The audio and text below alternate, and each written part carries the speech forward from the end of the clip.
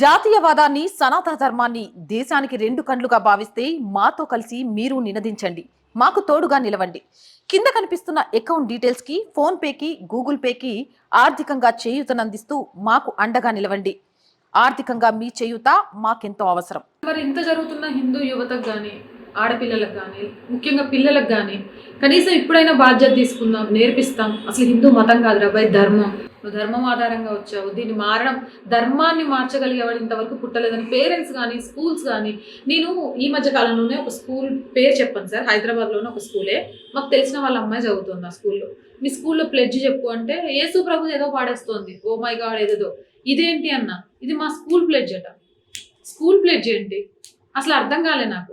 అలాంటి వాళ్ళకు చిన్నప్పటి నుంచే మతాల గురించి మైండ్లోకి చొచ్చిస్తూ ఉంటే ఎక్కడా కూడా సరస్వతి నమస్తుభ్యం అని చెప్పడానికో, చివరికి మన దేశం చెప్తున్నాను సార్, వందే మాతరం అని పాడడానికి కూడా అర్హత లేకుండా ఈ దేశంలో ఒక భారతీయులుగా బ్రతుకుతున్నాము అని అంటే అంతెంతవరకు దౌర్భాగ్యం. ఈ దౌర్భాగ్యాన్ని మార్చడానికి ఎక్కడ నాంది పడాలి అసలు? నేషనల్ ఎడ్యుకేషన్ పాలసీ పేరు మీదన ఆ ప్రయత్నం చేస్తుంటే చాలా మంది కమ్యూనిస్టులు, కుహానా సెక్యులరిస్టులు విద్య కాశ ఇక్కడ జరుగుతుంది, విద్య కాశ ఇక్కడ జరుగుతుందని మొత్తుకుంటారు. ఇవాళ ఈ దేశం యొక్క విలువలు, ఈ దేశం యొక్క గొప్పతనం ఇక్కడ పిల్లలు చదువుకోవడానికి వీల్లేదు. ఇదే రాజ్యాంగం లోపల మైనార్టీ విద్యా సంస్థలను నెలకొల్పి వాళ్ళ యొక్క మతపరమైనటువంటి విద్యను బోధించుకునేటువంటి అవకాశం వాళ్ళకి ఇచ్చింది. ఎప్పుడు ఈ దేశం మతం పేరు మీద విడిపోయినాక మనం తెచ్చుకున్నటువంటి రాజ్యాంగం లోపల మెజారిటీ ప్రజలు మన యొక్క ఈ దేశం గొప్పతనం కానీ, ధర్మం యొక్క గొప్పతనం కానీ పాఠ్యాంశాల లోపల, పాఠ్య పుస్తకాల లోపల పిల్లలను చెప్పడానికి అవకాశం లేదు, నిషేధం ఉంది. సరస్వతి వందనం చేస్తే ఇవాళ మనం మతోన్మాదులం అవుతాం. వాళ్ళ విద్యా సంస్థల లోపల వాళ్ళ యొక్క దేవుళ్ళ యొక్క ప్రార్థనలు చేయించుకుంటే వాళ్ళు సెక్యులరిస్టులు అయిపోతారు. ఇది ఈ దేశం లోపల నడుస్తుంది. ఈ రకమైనటువంటి మతోన్మాదాన్ని వ్యవస్థలే పెంచి పోషిస్తున్నాయి. ఇవాళ అనేక రకాలైనటువంటి జిహాదులు నడుస్తున్నాయి. ఎందుకు ఈ ప్రభుత్వాలు చర్యలు తీసుకుంటలేరు? వాళ్ళ జిహాద్ అనేక రూపాల లోపల ఉంది. ఆర్థిక జిహాద్ ఉంది, ల్యాండ్ జిహాద్ ఉంది, లవ్ జిహాద్ ఉంది, ఒక ఓటు జిహాద్ ఉంది, ఒక గన్ను పట్టుకొని నడుస్తుంది. ఇవాళ జిహాద్ కాదు. కేరళ లోపల మొన్న ఒక రాకెట్ బయటపడ్డది. యూపీఎస్సీ ఎగ్జామ్స్ లోపల ఏ రకంగా వాళ్ళ రిక్రూట్మెంట్ జరగాలనేటువంటిది. కాబట్టి ఒక ప్రణాళికాబద్ధంగా ఆ రకమైనటువంటి ఒక కుట్రలు ఈ దేశంలో జరుగుతుంటే నిరోధించాల్సినటువంటి ప్రభుత్వాలు, రాష్ట్ర ప్రభుత్వాలు ల్యాండ్ ఆర్డర్ చేతిలో పెట్టుకొని ఈ రోజుకు తెలంగాణ ఏర్పడి 10 సంవత్సరాలు అయింది. నేను ఇవాళ మీ ఛానల్ ద్వారా ఈ రాష్ట్ర ప్రభుత్వాన్ని అడుగుతున్నాను, ఒక్క తీవ్రవాదినన్న తెలంగాణ పోలీసులు పట్టుకున్నారా?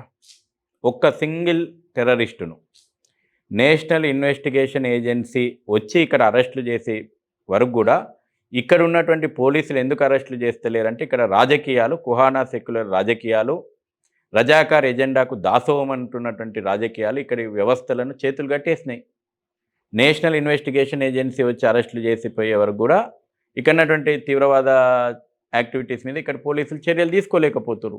ఇక్కడ సమర్థత లేదని కాదు, వీళ్ళకి ఇన్ఫర్మేషన్ లేదని కాదు, ఇక్కడ రాజకీయాలు వ్యవస్థలు వాళ్ళ చేతులు కట్టేసినాయి. నేషనల్ ఇన్వెస్టిగేషన్ ఏజెన్సీ యాక్ట్ వచ్చినప్పుడు కూడా వీళ్ళు గగ్గోలు పెట్టిర్రు. రాష్ట్ర ప్రభుత్వాలు మా హక్కులను ఇవాళ కేంద్రం హరిస్తుంది, కేంద్రం పెత్తనమైంది. నిజంగా ఇవాళ ఎన్ఐఏగిన సకాలం లోపల ఈ దేశంలో అనేక కేసుల లోపల ఆ యొక్క కుట్రలను ఛేదించకపోతే మనం కూడా చూస్తుంటాం. ఈ 10 ఏళ్లలో రోజుకో దగ్గర బాంబు బ్లాస్టులు చూస్తుంటాం. ఇంటి నుంచి బయటకు వస్తే సురక్షితంగా వస్తామా రామా? స్కూల్కి పోయిన మన పిల్లలు సురక్షితంగా వస్తారమా రారా?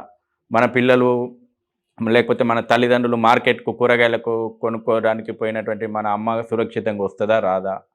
ఇన్ని రకాలైనటువంటి ప్రశ్నలు ఉంటుండే. చాలా మంది హిందువులు ఏం ఆలోచిస్తారంటే ఒకళ్ళు ఇద్దరు పిల్లల్ని కనేస్తాం, కన్న పిల్లల్ని బాగా చదివించడానికి ఫుల్ కష్టపడిపోతాం, ఆస్తులు కూడా పెడతామని.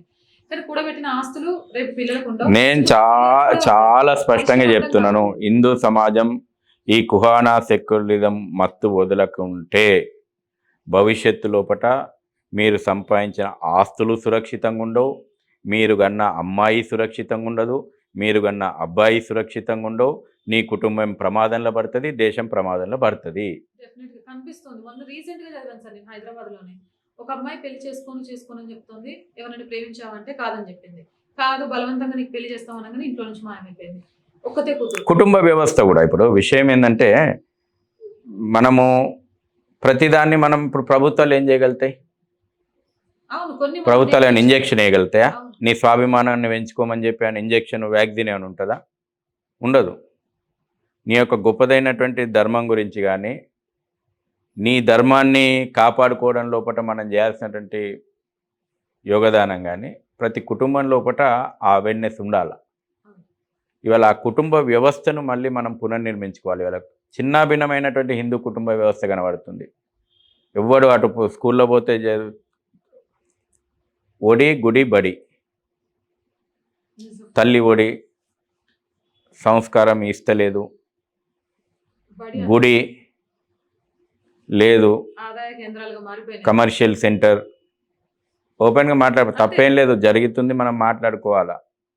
పోతోడు కూడా అట్లనే పోతున్నాడు. అంతే సార్, నిజమే. నేను మొక్కుకొని నాకు లాభం వస్తే నా ఆరోగ్యం బాగుండాలి, నాకు వ్యాపారంలో బాగుంటే ఇంత ఉండిలేస్తా అని వ్యాపారం చేసుకుంటున్నాం. ఈ ధర్మం గురించి కాపాడడం లోపల నాకు శక్తిని ఇయ్యి, ఈ ధర్మంని నిలబెట్టడం లోపల పనిచేసేటువంటి అవకాశాన్ని నాకు ఇయ్యి, ఈ ధర్మ పోరాటం లోపల నాకు విజయాన్ని ఇయ్యి అని ఒక మహనీయులు ఛత్రపతి శివాజీ లాంటి వాళ్ళు అది కోరుకున్నారు దేవుని దగ్గర, అమ్మవారి దగ్గర. ఎంతమంది ఇవాళ హిందువుగా జీవిస్తున్నారు? హిందువుగా జీవించడం అంటే అది. కళ్ళు లేనటువంటి వాడు చూడగలుగుతాడు, కాళ్ళు లేనటువంటి వాడు నడవగలుగుతాడు, మూగవాళ్ళు మాట్లాడగలుగుతారు అని రకరకాలైనటువంటి మూఢనమ్మకాలను ప్రమోట్ చేస్తూ మత మార్పిళ్ళు చేస్తున్నారు. అటువంటి వాటిని వీళ్ళు ప్రశ్నించరు. చాలా అజ్ఞాన వేదికలు ఉంటాయి కదా ఈ దేశం లోపల. అదే హిందువులు ఒక పూట ఉపవాసం ఉంటే దాని మీద పెద్ద చర్చ. హిందువులు ఒక పూట శివరాత్రి రోజు ఇంత అభిషేకం, పాలతోటి అభిషేకం చేస్తే పెద్ద చర్చ, ఆ రోజే పాల కొడుతున్నట్టు. హిందువులు ఒక పూట పతంగులు ఎగిరేస్తే మొత్తం జంతు ప్రేమికులంతా ఆ రోజే ఊడిపడతారు. హిందువులు ఒక పూట నిమజ్జనం చేస్తే మొత్తం కాలుష్యం దాంతోటే అవుతుంది.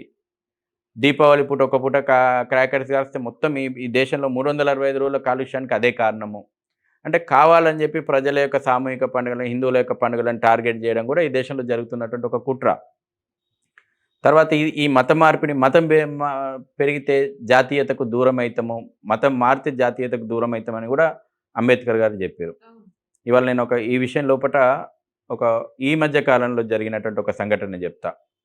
ఇవాళ కన్యాకుమారి జిల్లా పేరును కన్యామేరీ జిల్లాగా మార్చాలని ఒక డిమాండ్ నడుస్తుంది.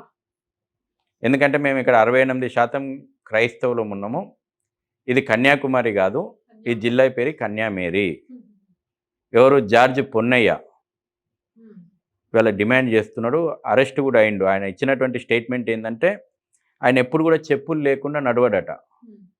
ఎందుకనంటే ఈ భారత భూభాగాన్ని తన యొక్క చర్మం దాకడం ఆయనకు ఇష్టం లేదట. అందుకే ఆయన ఈ భూమిని దాకొద్దని ఎప్పుడు చెప్పులు వేసుకొని నడుస్తాడట, చెప్పులు ఇడిచి నడవడట.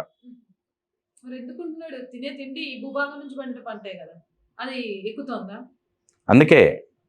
అందుకే కఠినమైనటువంటి చట్టాలు తీసుకొచ్చి వీళ్ళని ఎక్కడ ఉంచాలో అక్కడ ఉంచితే ఈ రకమైనటువంటి దేశద్రోహ భావజాలాన్ని ఈ దేశం బాగుపడుతుంది. ఎక్కువగా భావ ప్రకటన స్వేచ్ఛలు ఎక్కువైనాయి కదా, ఏమన్నా చేయొచ్చు, ఏమన్నా మాట్లాడవచ్చు. ఇంకొకటి సుగుణం అనేటువంటి ఒక మత ప్రచారకుడు ఉన్నాడు. వాడు కూడా ఓపెన్గా మనము హిందువుల మీద పిడిగుద్దులు గుద్దైనా సత్యం బోధించాలట. అంటే యేసుక్రీస్తు దేవుడు అనేటువంటి సత్యాన్ని మన మీద పిడిగుద్దులు గుద్దైనా నేర్పించాలట. ఈ రకమైనటువంటి హింసోన్మాదము, ఆ రకమైనటువంటి దేశ వ్యతిరేక భావజాలము పెంచి పోషిస్తూ ఉన్నారు. కాబట్టి మీ ఆదరణి మాకు ఆనందం, మా వెంట మీరున్నారని అతిపెద్ద ధైర్యం. దయచేసి సబ్స్క్రైబ్ చేయండి, లైక్ చేయండి, షేర్ చేయండి, కామెంట్స్ ద్వారా మీ అభిప్రాయాన్ని పంచుకోండి.